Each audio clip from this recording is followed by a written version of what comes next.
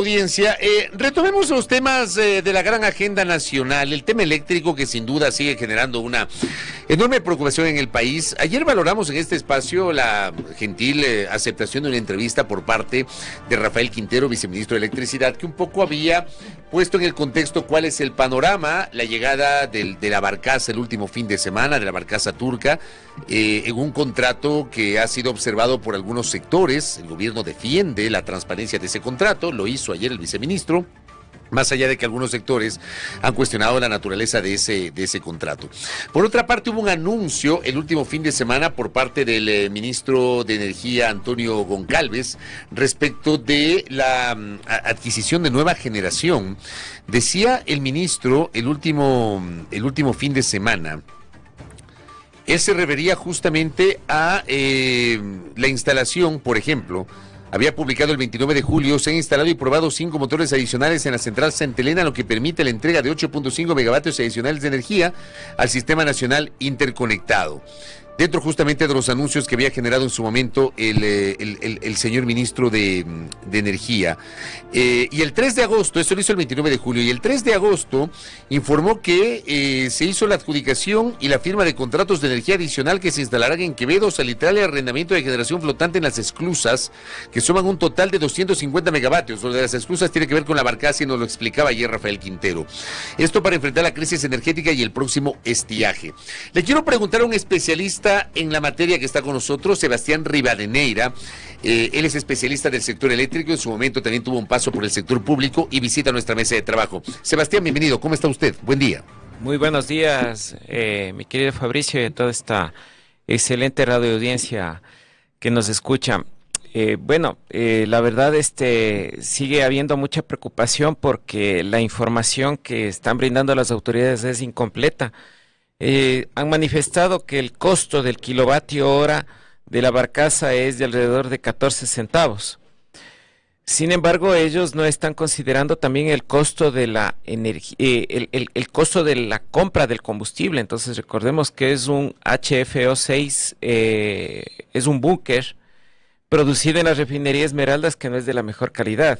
Entonces seguramente tendrán que mezclar eso con diésel. Ese es el combustible. Porque claro, decía el viceministro que esta barcaza no requerirá no requerirá diésel, sino mencionó otro combustible. El fuel oil. Exacto. Pero este fuel oil que es producido, si es que es en la refinería de Esmeraldas, no es de buena calidad por las condiciones técnicas que se encuentra precisamente esa instalación. Entonces tendrán que, al menos para disminuir la viscosidad, mezclarlo con algo de diésel.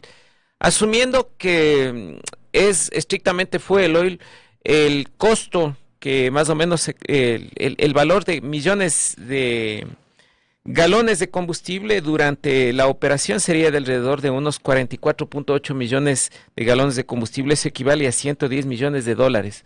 Porque Petroecuador no es que va a regalar el combustible, el SELEC lo va a tener que comprar.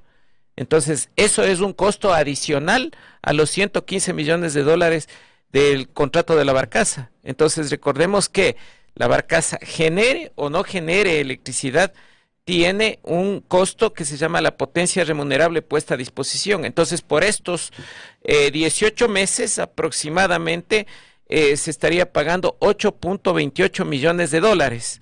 Menos los 115 millones de dólares, apenas habría 106 millones de dólares para generar energía. Y si es que se genera energía a los 14 centavos, se tendría un tiempo aproximado de 10.58 meses. Es decir, esta barcaza va a servir para los meses de septiembre, octubre, noviembre, diciembre y enero del 2024 y 2025 y el próximo estiaje que se viene en el año 2025. Entonces, el contrato es por 18 meses, pero generará 10 meses, lo cual sí es correcto generar en los meses de mayor estiaje, en donde no hay pues energía hidráulica, pero los costos son extremadamente altos. Entonces, claro, no advierten cuál es el costo del combustible, ni tampoco la infraestructura hidrocarburífera que deberá ser instalada en las esclusas para alimentar a ese monstruo que es la barcaza. Porque lo que decía el viceministro es que dentro de ese costo de 14 centavos está incluido el precio del combustible. Entonces, ¿qué ganaría CarPower? Porque no solo creo que vayan a ganar los 8 millones por estar parado, sino que también tienen que ellos recuperar la inversión. Recordemos que ese fue un buque carguero al cual lo transformaron en una barcaza. Entonces, aproximadamente la instalación en tierra de motores de combustión interna para generación térmica es a $1.000.000 del megavatio. Entonces, si es 100 megavatios de la barcaza, entonces deberían por lo menos recuperar su inversión y ganar algo. Entonces, también el combustible, nada es gratis en la vida. Y esta solución de la barcaza, ¿cuánto puede contribuir a aliviar un poco la crisis del sector eléctrico, Sebastián? Bueno, si el déficit en potencia es de 1.000 megavatios, apenas esto es 100. Es del 10%. Es del 10%, o sea, es un paracetamol, ¿no? Es algo pequeño nada más.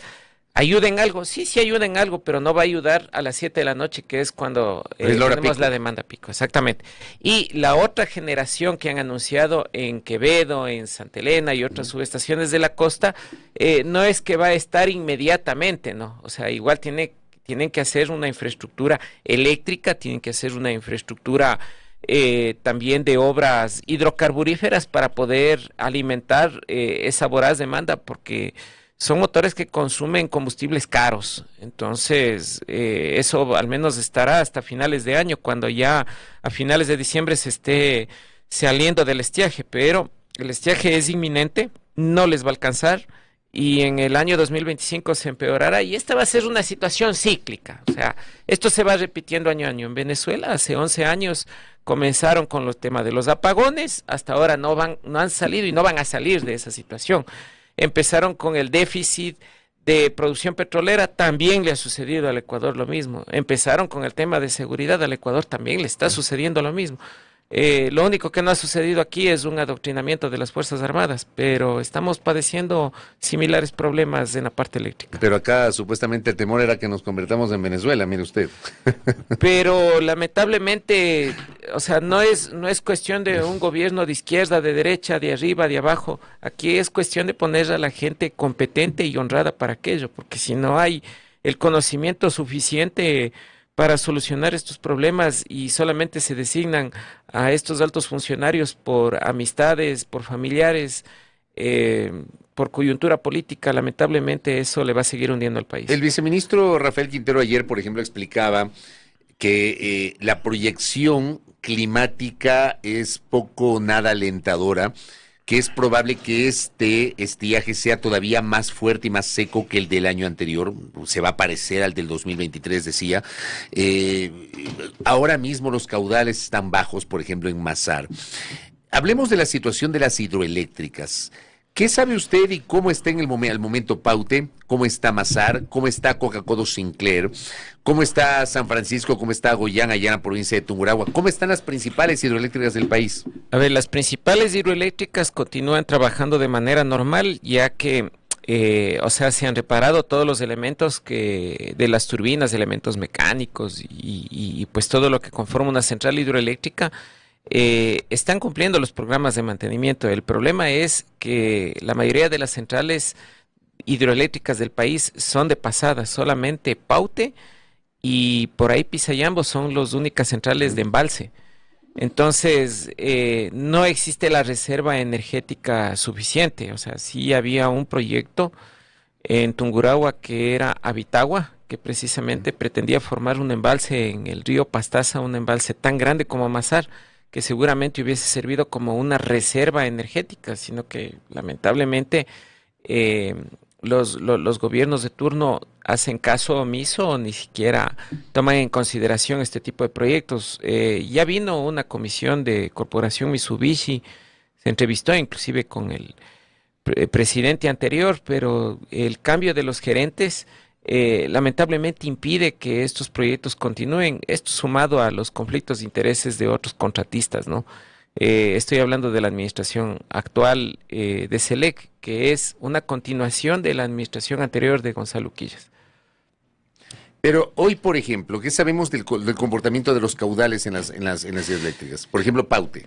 Bueno, en el tema de Paute están con mucho temor todos los azuayos, porque ya son casi 21 días que no llueve.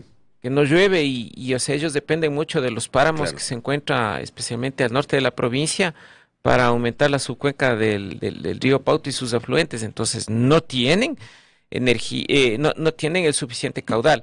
Ahora, los estiajes que tienen mayor severidad tienen digamos, una fluctuación o un ciclo de cada 13 años. Entonces recordemos cuando pasó Sixto, cuando pasó Correa, luego vino Lazo, entonces cada 13 años vienen marcados estos periodos. Sin embargo, hay que tomar en consideración que han existido otros fenómenos naturales, de acuerdo a estudios que ha realizado la NASA, sobre los años más calurosos, desde el año 2022-23, proyectado hasta el año 2027.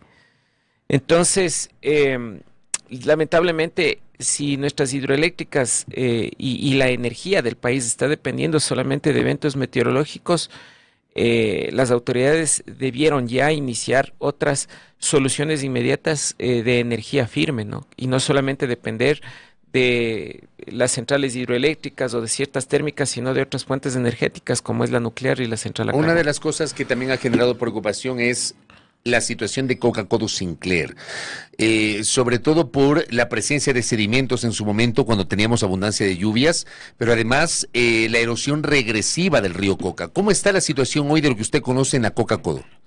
Bueno, está a 6 kilómetros de distancia de la captación. Iniciaron ya obras de retención a través de la construcción de diques que lamentablemente no contuvo en nada el difícil comportamiento del río Coca. Entonces, sí se ha estimado que entre 3 y 5 años la erosión pudiera avanzar y regresar y llegar hasta la zona de captación, con lo cual colapsaría. Si la central hidroeléctrica tomó un tiempo de 6 años de construcción, ya debió y deberán iniciar una construcción de una nueva captación en una nueva zona geográfica que no tenga este tipo de problemas, es decir, que geológicamente y topográficamente brinde la estabilidad que necesita. Entonces, habría una inversión de alrededor del 30% de la obra inicial, porque recordemos que es una nueva captación que tendrá que el río ser desviado hacia esa nueva captación cuando entre en funcionamiento, de tal manera que si esta catástrofe ocurre, antes ya esté operando la nueva captación y continúe brindando el 33% de la energía que consume el país. Ahora bien, en el ámbito termoeléctrico, en el ámbito térmico, ¿qué se entiende? Las centrales térmicas deberían contar con su máxima capacidad, el mantenimiento a lo largo de estos meses. ¿Están haciendo mantenimiento de lo que usted ha visto? ¿Cómo está la capacidad térmica del país para enfrentar el próximo estiaje?